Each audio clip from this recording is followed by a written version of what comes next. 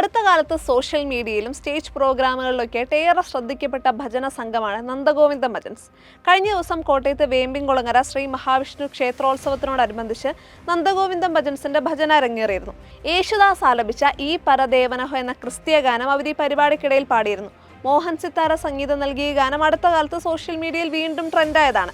ക്ഷേത്രത്തിന് സമീപത്ത് സ്ഥിതി ചെയ്യുന്ന ക്രിസ്ത്യൻ പള്ളിക്ക് ക്ഷേത്രത്തിനോടുള്ള സൗഹാർദ്ദ ബന്ധം എടുത്തു പറഞ്ഞതിന് ശേഷമാണ് അവർ ഈ ഗാനം ആലപിച്ചത്. അതുകൊണ്ട് തന്നെ ജനങ്ങളുടെ ഇടയിൽ നിന്ന് വലിയ കയ്യടിയാണ് ലഭിച്ചത്.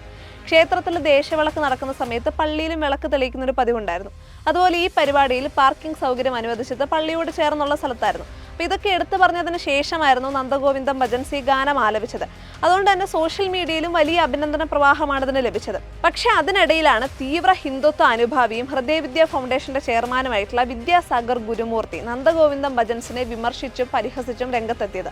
നന്ദ കുന്തിരക്കം ഭജൻസ് എന്നാണ് അദ്ദേഹം അവരെ പരിഹസിച്ചത്. ക്ഷേത്രവേദികൾ ക്രിസ്തീയ ഗാനങ്ങൾ പാടാൻ വേണ്ടി ഉപയോഗിക്കരുത്, ഹിന്ദുക്കളുടെ ചെലവിൽ പ്രശസ്തി നേടിയ ശേഷം ഹല്ലേലൂയ പാടാൻ പോകുന്നത് വലിയ തെറ്റാണ് എന്നൊക്കെയായിരുന്നു അദ്ദേഹത്തിന്റെ പരിഹാസം.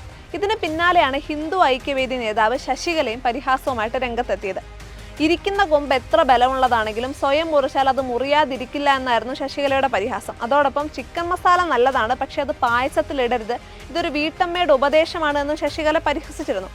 2000 കോട്ടയത്ത് തുടങ്ങിയ ഒരു ചെറിയ ഭജന സംഘമായിട്ട് തുടങ്ങിയതാണ് നന്ദഗോവിന്ദം ഭജൻസ്. അവരുടെ സ്റ്റേജ് പ്രോഗ്രാമുകളുടെ വീഡിയോ സോഷ്യൽ മീഡിയയിൽ വൈറലായതോടെയാണ് അവർക്ക് പേരും പ്രശസ്തിയൊക്കെ ലഭിച്ചത്. ഇന്ന് കേരളത്തിനകത്തും പുറത്തും വിദേശത്തും ഒക്കെ ഏറെ പരിപാടികളുള്ള വളരെ ശ്രദ്ധിക്കപ്പെട്ടിട്ടുള്ള ഒരു ഭജന സംഘം തന്നെയാണ് നന്ദഗോവിന്ദം ഭജൻസ്.